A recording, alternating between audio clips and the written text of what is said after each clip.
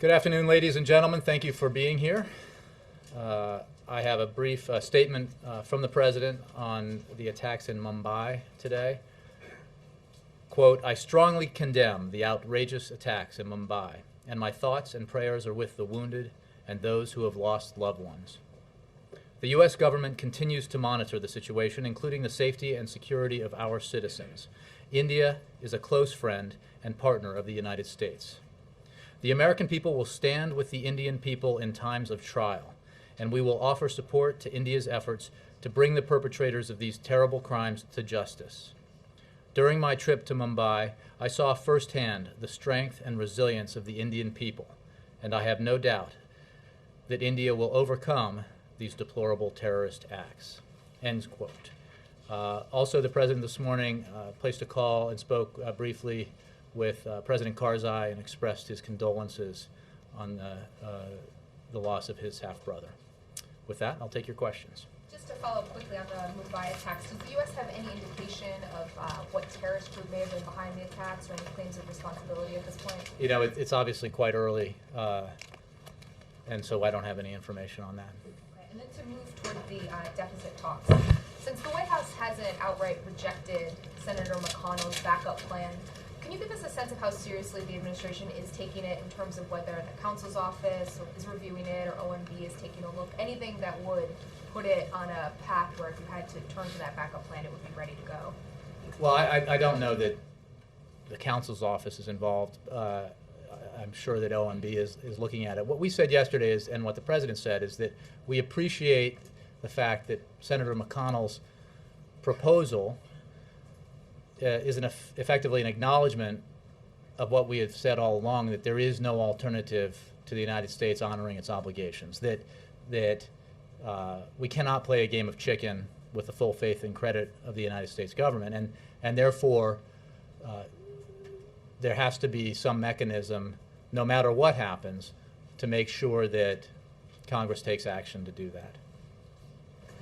This is not a preferred option. The President is firmly committed to significant cuts in spending and to dealing with our deficit and debt problems in a balanced way.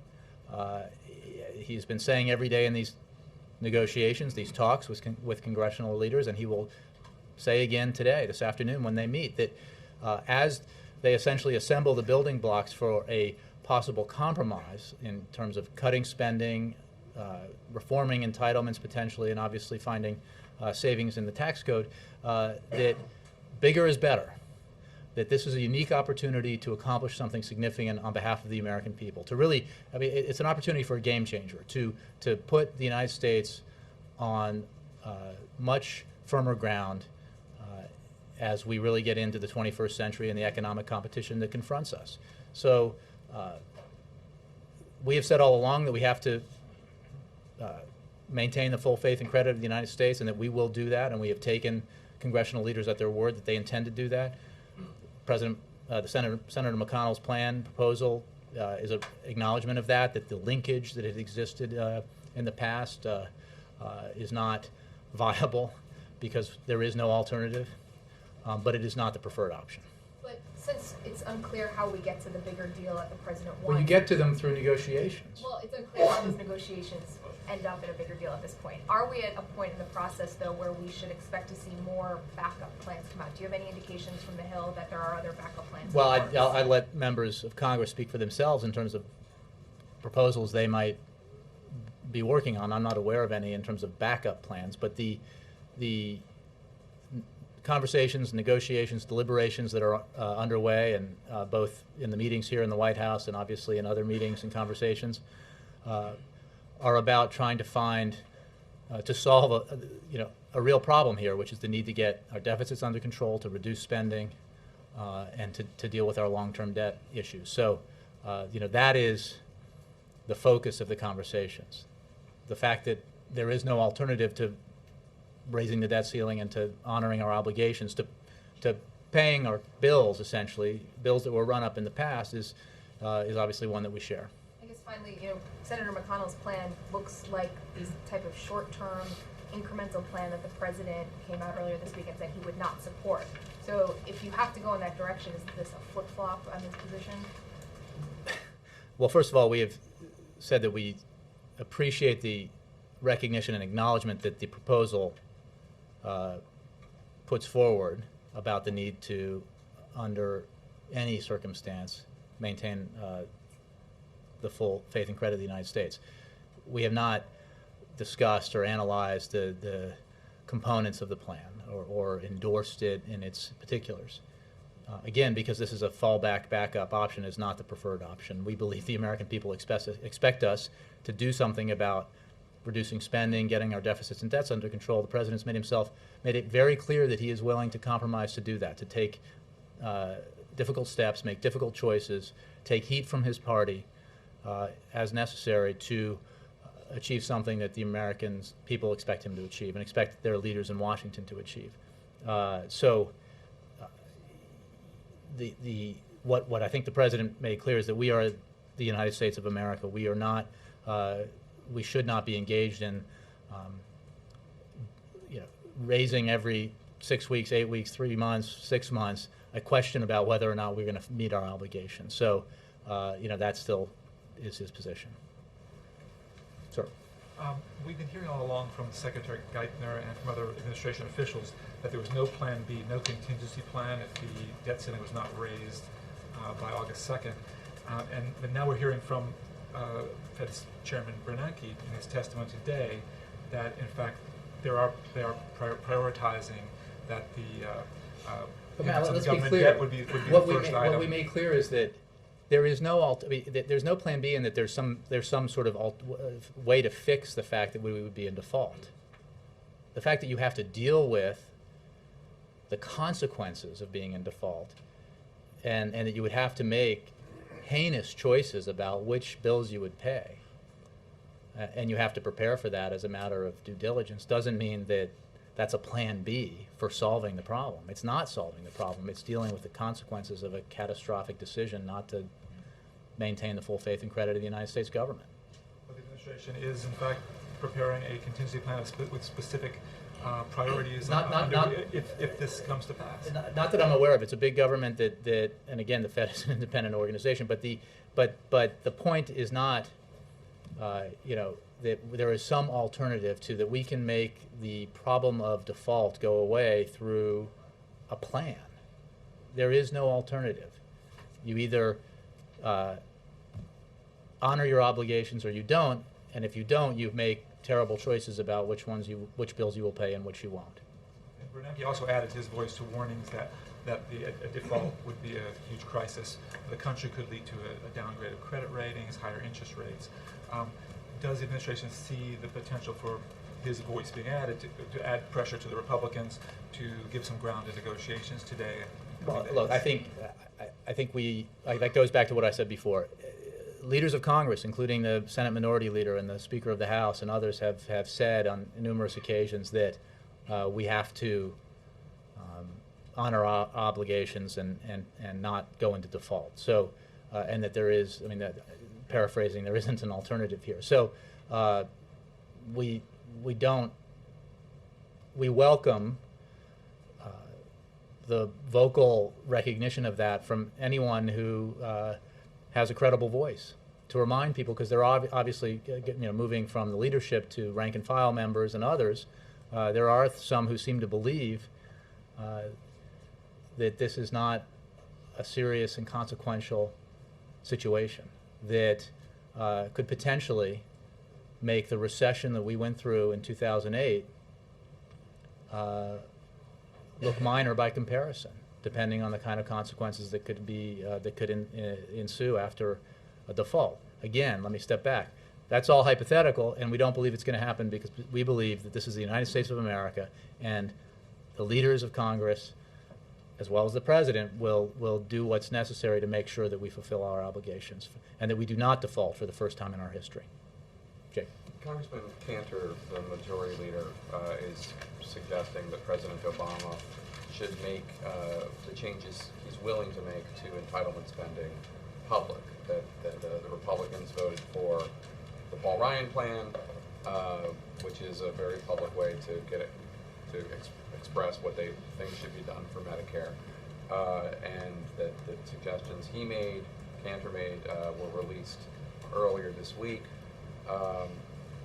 and that it would help Republicans understand what a deal would look like if the president publicly came forward with an explanation of what he wanted to do, what he was willing to do. Mm-hmm. Do you disagree? Is there a question? Well, do you disagree with that idea? I think we have made clear in the negotiations and the conversations what we are willing to do, and the significant compromises the president is willing to make, the cuts he's willing to accept in discretionary spending, for example, as well as the reforms he's willing to consider in entitlement programs as part of a balanced package. If you're telling me that some people want us to say, we'll do all this, and they say, great, let's just do that, and by the way, we don't need a balanced package, so you've already agreed to these cuts and compromises and reforms, that's not how negotiations should work. We believe that in order to achieve balance, you need to sit around a table and work out a balanced package. And as going back to Senator Dole, but as many have said, that the way to do this is everybody gets in the boat together at one time so it doesn't tip over. And the president's made clear that he's willing to accept measures that won't necessarily be popular with all Democrats. And certainly we believe that it is the responsibility of Republicans to be leaders and to be willing to accept measures and compromises that won't be necessarily popular with all Republicans. But there is a growing chorus out here of Republicans and conservatives who acknowledge that we need to do this in a balanced way. I think you interviewed Senator Simpson, who made that quite clear. I think Bill O'Reilly on Fox News expressed that sentiment last night. Numerous members of Congress, Senator Lindsey Graham yesterday has said this. This is not, it seems self-evident that the leaders in Washington should, in a situation like this, where the problems are recognized by everyone, the need for solutions and the urgent need for solutions are recognized by everyone, that then we should come together and compromise. Not say, no way, no how, on every absolutist position that you might hold. I'm trying to address just the entitlement component of it, and what I'm not going to do, Jake, is publicly say, what all of our positions are on these issues, because that's stuff that's happening in a negotiating room. Republicans are saying that they can't get commitments. I'm not in the room. I don't know what the truth is, but Republicans are saying that they can't get commitments. Mitch McConnell said that an administration official, which I believe is Budget Director Jack Lew, he asked him how much would there be in entitlement cuts next year, and Lew said, and McConnell did not identify him, but it was Lew, and Lew said $2 billion. Lew said $2 billion. I'm not sure actually that's not talking about entitlement cuts. And that is just a false moving of the chains here. When you got to compare apples to apples. The president has already committed to significant non-defense discretionary cuts that were embodied in the CR compromise that to fulfill the fiscal year funding of 2011, and what the president is seeking and the commitments he's made in terms of the spending he would accept and seeks in terms of non-defense discretionary spending to lock in the savings represented from last year represented in the CR, and to take them even further, and not just to have savings in 1 year. But one of the reasons why he wants a big deal is because you can get a medium-sized deal or a smaller deal, but that doesn't deal with your long-term problem. Only a significantly sized deal in the trillions of dollars, between 3 or 4 is what we've mostly talked about, over 10 to 12 years, that's the only way to really get at the problem of debt to GDP ratio, to bring those costs in line so that we can get our fiscal house in order. That's what the president wants, and he is willing to cut deeply in discretionary spending carefully. He is willing to cut significantly in defense spending if you do it carefully and maintain our national security interests. He's willing to reform entitlements and find savings there, and he's absolutely willing, of course, to make sure that it's balanced and that we find savings in our tax code. So I think that talking about this $2 billion because he's apples to oranges here. He's measuring, he's taking one standard and applying another to to get a figure to make a political point. And that's, look, the budgeteers understand how this works and what you measure against. And the savings the president is willing to find and accept are significant. Everybody who's been a part of this process knows that. People who were in the budget negotiations in the negotiations led by the vice president, and everybody knows for a fact, because we all lived through it, the negotiations that led to the compromise that forestalled, that prevented a government shutdown for fiscal year 2011 spending, represent the largest and most significant cuts in spending that we've seen. So this is real money and real reduction in spending that the president's been committed to and he remains committed to. Who's next? Jay, is the White House concerned that the McConnell plan, while it might help avoid a default, that perhaps credit agencies could still take action? The question of credit agencies, I'll put aside. What obviously is at issue here is that we will not have addressed the very problems in terms of our deficit and debt that will still be there in front of us. So the positive impact in terms of confidence that you would get from a significant deal, we will not have achieved. It is a form of kicking the can down the road. It is, however, an important acknowledgement of the fact that we need, regardless of where we get in our negotiations over deficit reduction, we absolutely have to make sure that the United States continues to pay its bills and fulfill its obligations. So on the credit agencies, I don't have a response to that. The fact that the United States will, come August 2nd, continue to be credit worthy, we think is important, and it's a position we've maintained from the beginning. Would the president agree to something, though, that deals with obviously preventing a default, but the likely ramification could be that credit agencies may take action? Well, again, I don't want to speculate about credit agencies. That's something we don't have control over. What we think is important is that, first, that everyone remain committed to the proposition that the United States will not, for the first time in its history, default on its obligations. Second, that we should work diligently, daily, to reach an agreement on deficit reduction, a balanced agreement, and a sizable one, because this is hard stuff anyway. And the principle that the president repeats in these meetings is, as we look at the spending cuts that we can agree on, and as we look at the measures we can take, we can agree on, and then build from there, and look at some of the compromises that would need to be made in terms of entitlements and revenues and other issues and other kinds of spending cuts, I think people quickly recognize that none of this will be easy, that all of this will be hard. Any deal of any significant size will entail hard choices. Therefore, it is absolutely worth it, because it's the right thing to do and it's worth it politically to go and do something and get the biggest possible deal, because that's what the president supports, and I think that I know that that's the argument he's making in these negotiations. And as he continues to push for that big deal, is he concerned that at a certain point he appears ineffective pushing for the biggest deal possible when it seems obvious that it's likely not going to be the basis for an agreement?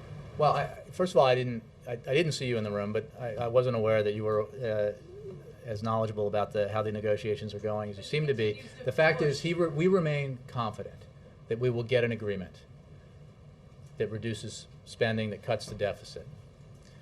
What is at issue here is can we get something, how significant an agreement?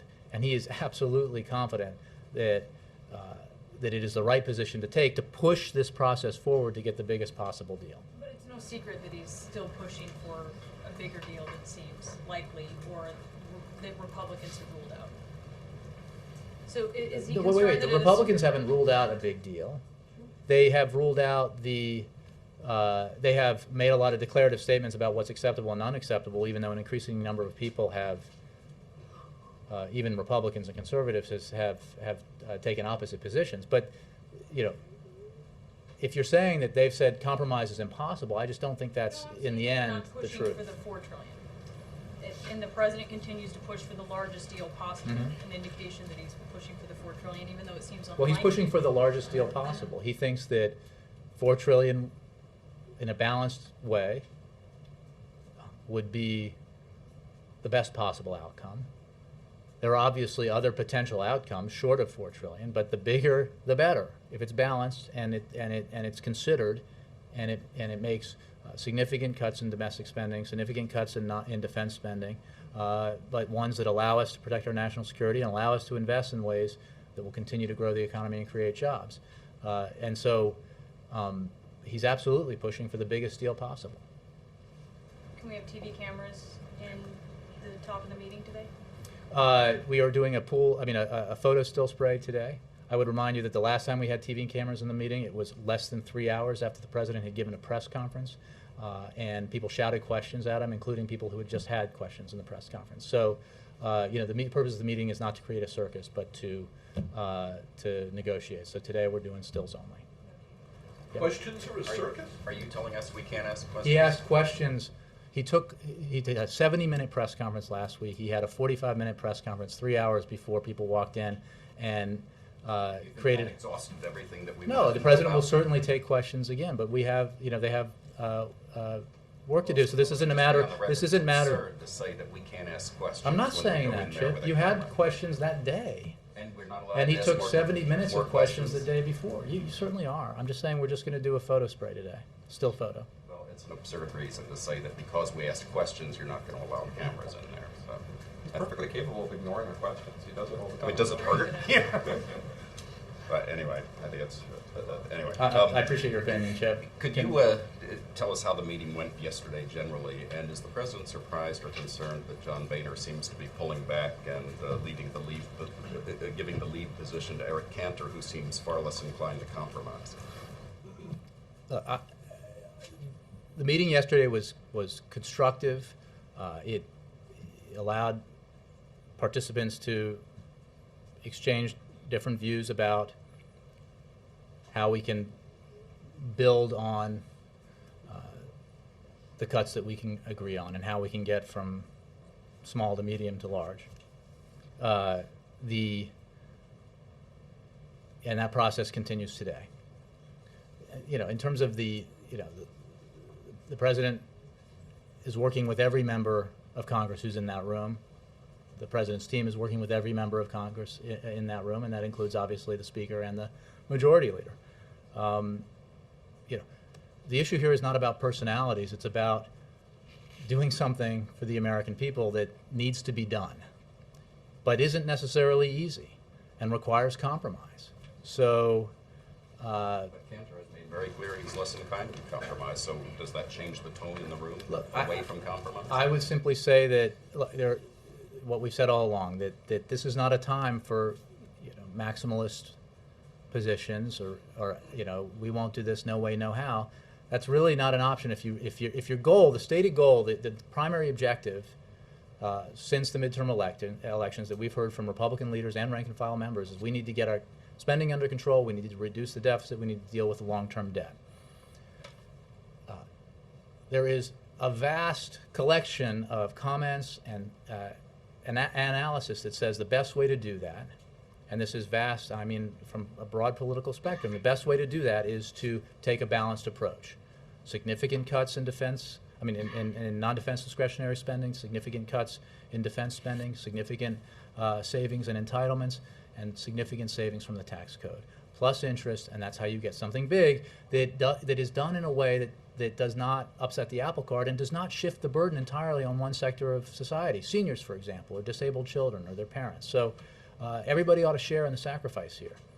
But by definition, when you're reducing our deficits and debt by, let's say $4 trillion over 10 to 12 years, it requires sacrifice. And the president's position has always been that the sacrifice ought to be shared. That if you're asking for sacrifice from middle-class families, then you ought to be asking for sacrifice from people who have been extremely fortunate, like himself, people who, say, are able to buy private jets or who pay taxes at a rate significantly lower on $1 billion in income at a significantly lower rate than a fireman or a teacher. So these are not unreasonable positions to take when everybody should be sacrificing. In today's meeting, does the president plan to just open it up to people to talk, or will he lead the meeting, and does he have specific things that he wants to accomplish and a specific direction he wants it to take? I think we will, I'm sure everyone will have a chance to speak. The president tends to open these meetings, and I think that different positions will be presented as we look at the areas where there's agreement, the areas where agreement is relatively close to being within reach, and areas where there is significant disagreement that there needs to be negotiation about. And that's how this process hopefully will move forward. Last question. He has ruled out a 30 or a 60 or a 90-day extension, but if they're close. He said 180 days too. Okay. If they're close, is he ruling out a 1-week stopgap so they can complete the negotiation? Look, what the president thinks we ought to do is get down to work and do our jobs. And in this case, the elected leaders who are here in Washington ought to do their jobs. You know how it works, and you get to the end, you don't quite have enough time. Well, there is enough time to get this done. And so we're going to focus on the present right now and try to achieve something significant. We believe it's possible. We believe there is momentum in the direction contrary to, some of what you hear in the public sphere.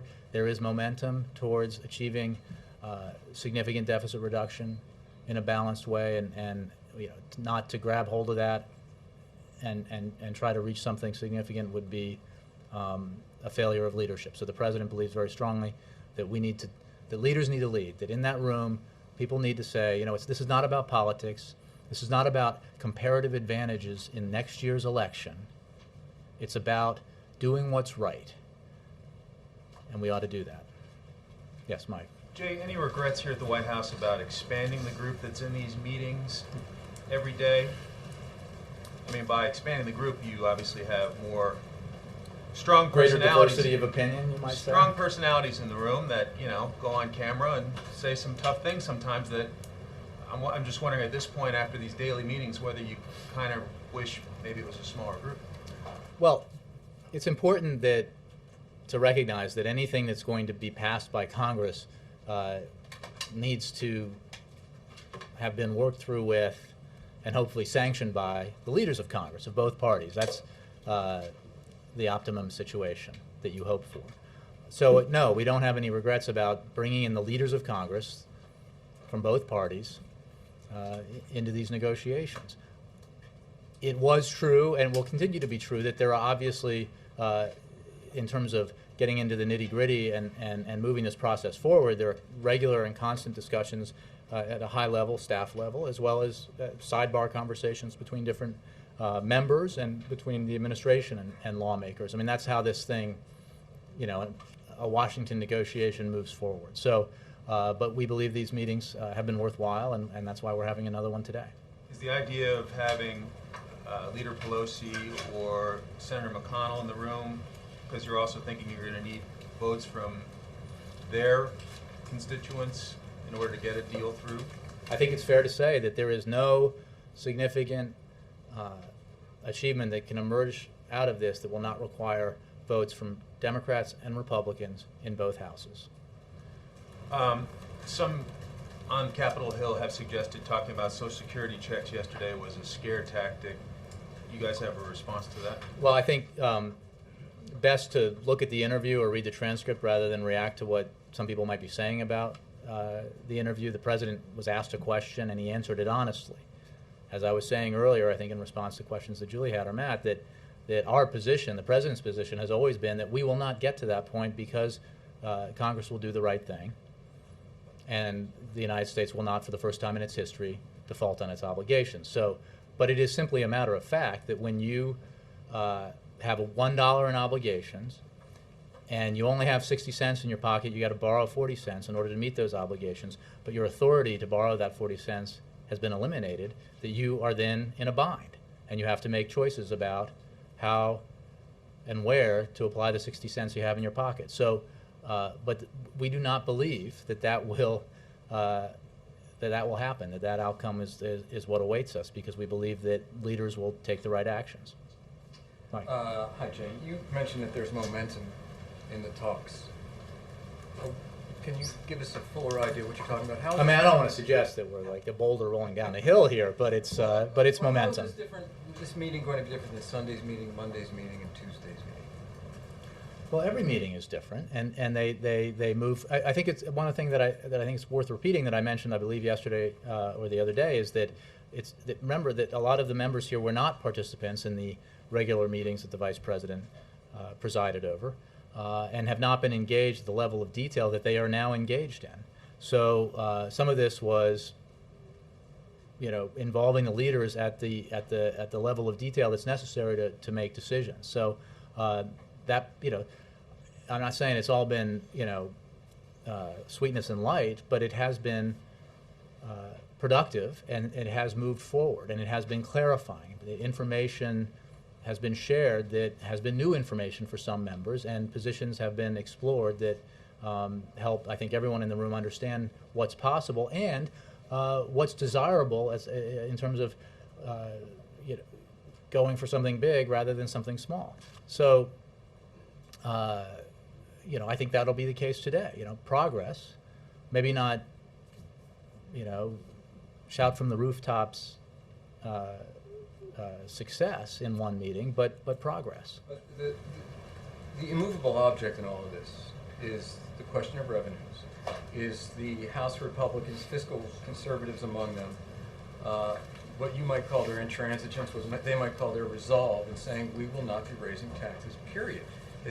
When you talk about momentum or progress, has there been any momentum or progress in getting them to change their minds?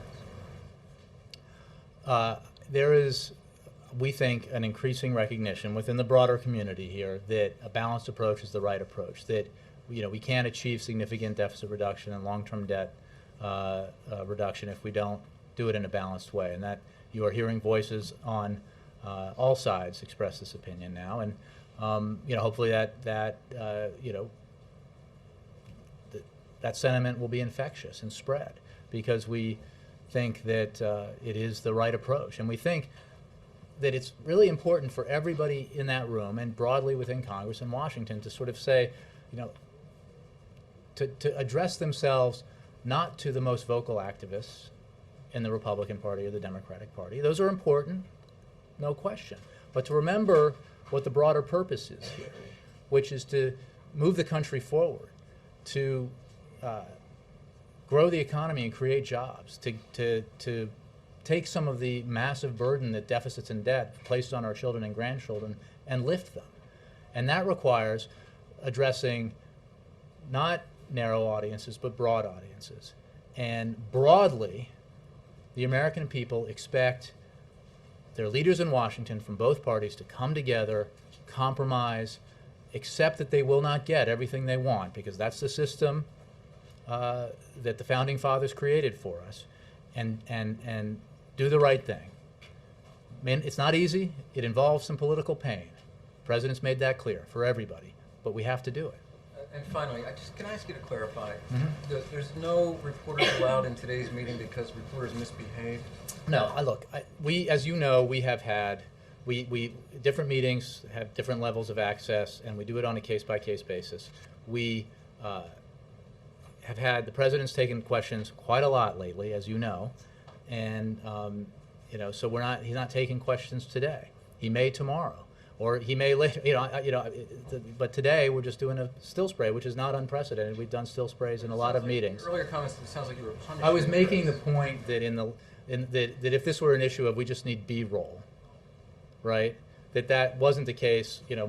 Hours after he had just had his second press conference in less than a week, when we're asking people to leave the room so the leaders can get to work, and people are shouting questions. That's fine. Look, I used to be where you are. It's fine to shout questions. I'm just saying that not every occasion are we going to have a full pool in a meeting. Yeah. Today, Senator McConnell said he doesn't think any Republicans will vote to raise the debt ceiling. So what's the point of negotiating?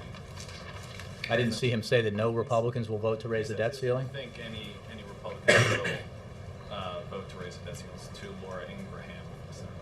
Laura Ingraham. I didn't see that. I mean, I saw some comments he made that I think are unfortunate, but I didn't see that one, and it doesn't really make any sense to me because he's made clear that we absolutely cannot default on our obligations. So by hook or by crook, that's going to happen, and because that's the right thing to do for the country. And then on McConnell's plan, one thing I'm still confused about, if the president has said he won't support a 30, 60, 90, or 180-day proposal, or excuse me, proposal, then why not outright reject the McConnell plan? I guess I'm Well, confused. I think that there's a difference here, but what we're talking about, what the president was saying, that he would not simply say, in exchange for these spending cuts, we'll extend the debt ceiling for a few weeks or for a few months, and then we'll go through that process. Not dissimilar from the approach we took during the CR negotiations, which was we're not going to have a toll booth here. This is the United States.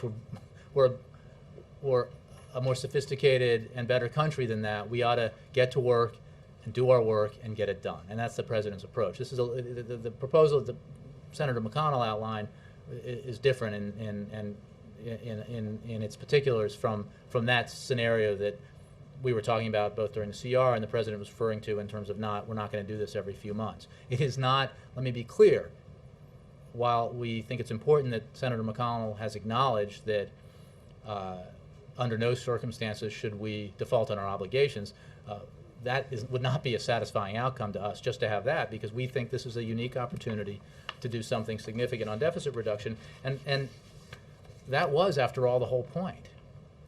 The linkage that was created that tied significant deficit reduction to this deadline was so that we could work together, roll up our sleeves, and do this. Well, the president's ready and willing to do that. He's willing to make compromises. He's willing to go big here.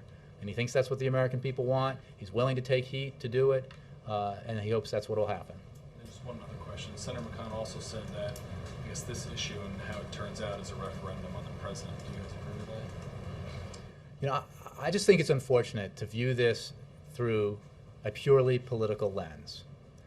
I made the point yesterday that the president in his press conferences and interviews hasn't gotten up there and said, the debt we're talking about here was accumulated over 8 years of a former president and former Congresses, often led by Republicans, who put 2 wars on a credit card and didn't pay for them, who put substantial, massive, self-described massive tax cuts on a credit card and didn't pay for them. And it's not my problem. I won't do it. It's their problem. President recognizes that it is his responsibility to do this. It is his responsibility to compromise. And he certainly believes that the Republicans ought to do the same. And that we're in this together. This is the American economy. It's not the Democratic economy or the Republican economy. And fulfilling our obligations is not, it's not a calculus over, we'll do this because it'll help one side or the other in the re-election or the election campaign in 2012. So, I think it's important to focus on what we're doing here and not make it about politics or electoral politics. Yes, Mark. But it is politics. Well, that's why I said electoral politics. Does Obviously, President these are Obama politicians. expect members of Congress who ran for office and were elected on pledges to stop spending and not raise taxes to tell their constituents, well, I got to go back on it because the president... I think the president expects members of Congress, political leaders of both parties, to abide by their principles, significantly reduce the deficit, do the things that a lot of people have talked about who came into office recently, but also for a long time before that, about the need to get our deficits and debt under control, and also to make compromises necessary to make that happen. Because you know what? We don't live in a one-party system. We don't live in a monarchy. Neither party and no leader gets to say, this is how it's going to be because I say so. You've covered the White House in Washington for a long time. I don't think significant things have happened here in your tenure that didn't require bipartisan cooperation.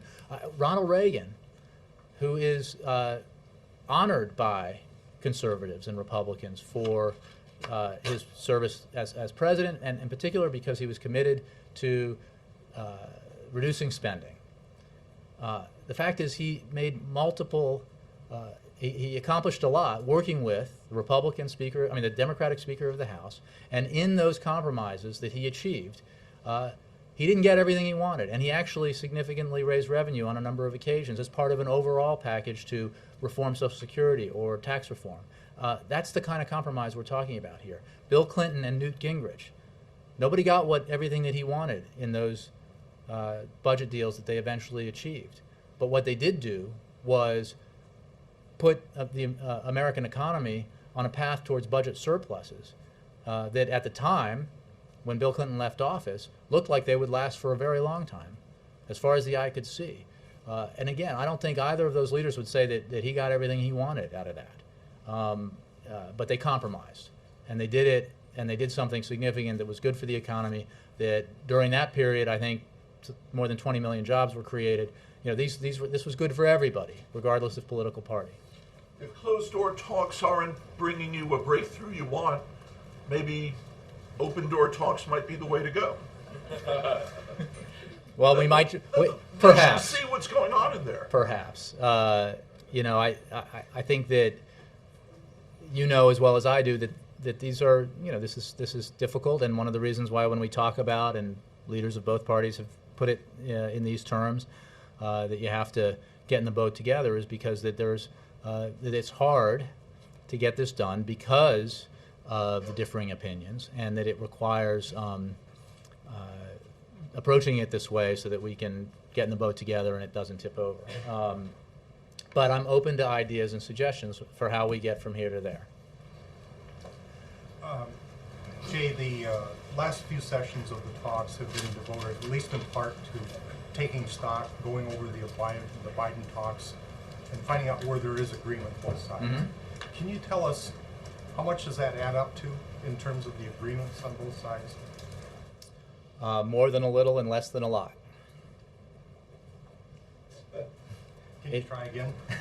No, I'm not going to get into specific details because these are. Is it $1 trillion? First of all, they're not there. They're not there in terms of sorting out all the numbers, the specifics. They're going back and forth. They have taken stock of the agreements where they have agreed, right?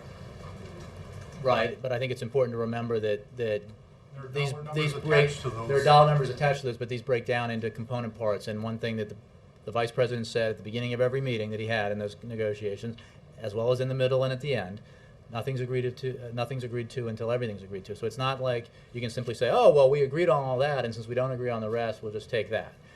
This is, the art of compromise here, the art of negotiation requires, rebuilding a structure at this level now where everybody can say, okay, I can live with that. That's what I want. If you give me that, I can take that, and this is acceptable. And that's what they're doing now. Well, have they made any progress since the $1 trillion mark that the Vice President referred to several weeks ago? I don't want to go into more detail about specific numbers because I don't want to hem them in as they negotiate, because there are a lot of different moving parts here. One other question. He met with Lavrov this morning. Mm-hmm. I think we're going to have a readout of that later, but yeah, a paper readout. Is he going to Russia this year at all? I don't have any scheduling announcements for you. Why would I rule it out? Looking forward to returning to Russia as much as I do, I would never rule that out. Yeah. You said that you're starting to hear voices on all sides in support of a balanced approach. Do you mean Many sides, anyway. Were you talking about voices outside the room or inside the room? I was thinking mostly of outside the room, but that there is, there are times during this process with even participants in the room have made the comment that we can deal with closing some exceptions and loopholes. We could look at subsidies and that sort of thing. And remember that when we're talking about on the revenue side of this equation, as we seek balance here to go along with significant cuts in spending and entitlement reform, there are a variety of options here. And when as the president has made clear, if we're going to ask sacrifice of the middle class, if we're going to ask sacrifice of the most vulnerable, or of seniors, of disabled kids, and that's what these numbers are real. When you cut programs or you cut, there are consequences to that, and those consequences are felt mostly by the middle class. You also it is a responsible thing to do to ask for sacrifice from the wealthy, from the well-off, not for its own sake, but because it's the right thing to do, and it helps us get to something big and significant, which has significant long-term benefits for the economy, and therefore every participant in the economy, including the middle class. And so, I mean, that's the principle at work here. It's not, we insist revenues ought to be part of this package just because we do, but because we want to make it fair and balanced, and we want to make it significant. And there are a lot of voices, from the participants in the Bowles-Simpson Commission to the participants in the Domenici-Rivlin study to a variety of current members of Congress, Republicans, who acknowledge that that's the approach we should take. I think Senator Graham, as I was just saying, closing loopholes, a deal that curbs entitlement spending and increases tax revenues by closing loopholes, quote, makes sense.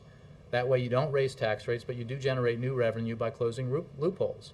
Otherwise, you're giving money away to a few people at the expense of many. I mean, that's an entirely reasonable point of view, and we think that that point of view is the right one to take as we approach this effort to find balance in a significant package. Jackie? Some of these fallback outlines of packages, like Senator Reid's and others that people talk about, only have spending cuts in them. And given the prospect that a fallback might very well be spending cuts only because of the difficulty getting agreement on revenue, you said the president insists that revenues be part of this and shared sacrifice. Does the president rule out supporting or signing anything that doesn't have some revenue raising component? I'm not going to hem him in. I'll let him answer that question when I'm sure he might get it at some point. The point I think is important to make is that there is no significant deal here that doesn't require balance. And that as an overarching principle, the sacrifice required to reduce our deficit and should be shared and not just placed on the middle class or seniors or others. So, but I'm not going to sort of, will he do this, will he do that, rule one thing out of the other beyond the things that he said about not participating in a toll booth here. Yeah. Jay, yesterday, one of the things he said in the course of the day was that he does not think it is possible to get a significant, a meaningful agreement, as he put it, with this president in the Oval Office. Did President Obama say anything to him about that yesterday? I won't read out the conversations in the meeting, but I think that the president addressed this yesterday in his interview with CBS, and I think that it's important to point out here when I talk about the audiences that we're talking to here. He is the President of the United States. He is in office for at least 18 months. I don't think there is anything close to a majority, and probably just a tiny minority of the American people, who think that we ought to just cease trying to get things done in this town until one party controls everything entirely. You know what? Because that's never going to happen. This president has demonstrated that he is committed to significant spending cuts. He's the one out there saying, let's get the biggest possible deal. And that big possible deal includes significant reductions in discretionary spending, significant reductions in our defense budget, significant savings out of the entitlement programs, and significant savings out of our tax code. And it involves making tough choices that are not politically comfortable. But that's what he expects. That's what he knows the American people expect of him, and he thinks that they expect it of leaders of both parties in Washington. Is there any concern here that the main motivation for McConnell's proposal was to shift the political blame for raising the debt ceiling purely onto the president's shoulders? We look at it simply in terms of the factual acknowledgement here that there is no alternative to the United States maintaining its creditworthiness and fulfilling its obligations, and that's an important acknowledgement. The analysis of the political component of this we'll leave to you guys. The point I want to make is that is not the preferred option, because we don't think that's what this has been about. This has been about trying to do something significant and real on reducing spending and propelling our economy forward. Yes, ma'am. Yeah, thanks, Jay. Obviously, there's been, and this is on a totally unrelated subject for you, so there's been continuing revelations about the controversy surrounding the Murdochs and News Corp. Yesterday's Commerce Committee Chairman Senator Rockefeller called on appropriate agencies to look into it, and today Senator Lautenberg, his counterpart, called on DOJ and the Securities and Exchange Commission to look at it under the Foreign Corrupt Practices Act. Is this situation on the White House's radar, and is DOJ, to your knowledge, in contact with their counterparts in Britain to find out whether any U.S. laws have been implicated? It's not on our radar in the sense that we're having discussions about it. Everyone reads newspapers and catches the news reports, and so we're aware of it, but not that it's not. You know, we have some other issues we're dealing with. In terms of the Department of Justice and the SEC, I would just refer you to them. And just a completely unrelated subject, it's been reported that Brian Bond, who is in charge of constituency relations for lesbian, gay, bisexual, and transgendered issues, is leaving the White House for the DNC. You know, currently there's no senior LGBT advisor to the president on this issue, arguably one of the biggest, you know, civil rights questions of his presidency. Does the president plan to appoint someone to advise him on these issues going forward? You know, I don't have any personnel announcements for you. I think that he's you know, his record on these issues is something he's proud of, and you know, he gets advice from a lot of quarters. I don't have an announcement for you on that. Chris? Yeah, on July 7th, DOJ announced it would no longer oppose married same-sex couples who are seeking to file joint bankruptcy petitions, and that was a move that DOJ had opposed in the past, basing it on DOMA. You in the briefing room, however, in the past have said that the president doesn't have the ability to wave a magic wand and change policy, and that was with regards to immigration situation in same-sex couples seeking equal treatment.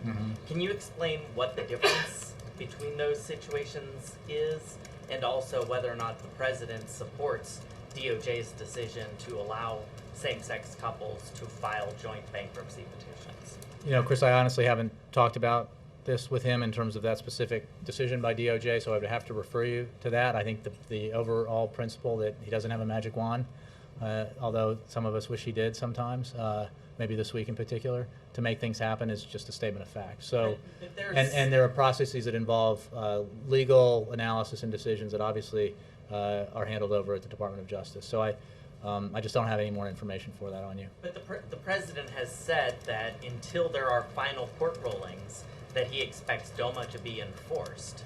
Is this situation, does the president feel that this is enforcing DOMA by allowing same-sex couples to file joint bankruptcy petitions? I haven't had that conversation with him. I mean, I can take that question for you.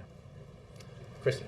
Jay, is the president open to discussion of a balanced budget amendment as part of a debt deal?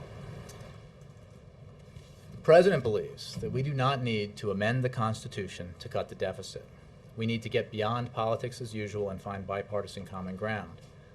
You know, balanced budget amendment has today and has always been about ducking responsibility rather than taking our challenges head on. This is not, you know, we don't need to, I mean, the Constitution should not be used to simply abdicate responsibility. It's, you know, what we need to do here is not complicated. It does not require a constitutional amendment and ratification by preponderance of states here. It requires people rolling up their sleeves, the leaders, the representatives of the people in the Congress and the president, the vice president, and others here, and working out a compromise to achieve a goal that we all share, which is significant deficit reduction, a plan that gets our fiscal house in order, that deals with our long-term debt.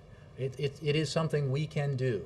And in some ways, while these are hard issues, it is something we can do easily if people accept the principle that we have to compromise to do it. So no, we do not support the balanced budget amendments. Also, can you just say, are Medicare cuts on or off the table at this point, and is that something the president intends to turn attention to today? Entitlement savings are something that, you know, we will absolutely continue to look at. Again, if you talk about the building blocks towards a significant package of deficit reduction, entitlement savings represent one of those big building blocks, but it requires compromise. And is the president intent on taking that up today, that particular? I don't. It's in the mix today. Look, I think it's always possible that will come up. I don't have an itemized agenda for today. Last one, John Christopher. Jay, you've made a very strong case every day here to tell us that the president has tried to work with the leadership, in a sense, making compromises, making some concessions as much as he can. The fact is that the Gallup poll has come out today saying that most of the American people do not want their representative to raise the debt ceiling. In spite of the fact that the president was on TV last night and talked about certain things that would be at stake, do you feel at all that this administration has not really laid out in very strong terms what exactly is at stake for the American people if this debt limit is not raised? John Christopher, we have focused not on laying out the consequences of default, because we believe and take leaders in Congress at their word that action will be taken to prevent that from happening. We have focused our energies rather on trying to achieve a deficit reduction compromise that gets our fiscal house in order. So I think it's easy to understand why most Americans don't have a lot of time to focus on what is a debt ceiling. I mean, honestly, did anybody in this room before they had to cover issues like this have any idea what a debt ceiling was? Any understanding of the fact that a vote by Congress to increase our ability to borrow was simply a vote to allow the United States of America to pay the bills it incurred in the past? I think every American, or certainly a vast majority of Americans, would accept the principle, if asked, that the United States should pay its bills, just like they're asked to pay their bills. So, again, but we have not focused on the consequences of default because we don't believe there will be a default. Thanks, guys.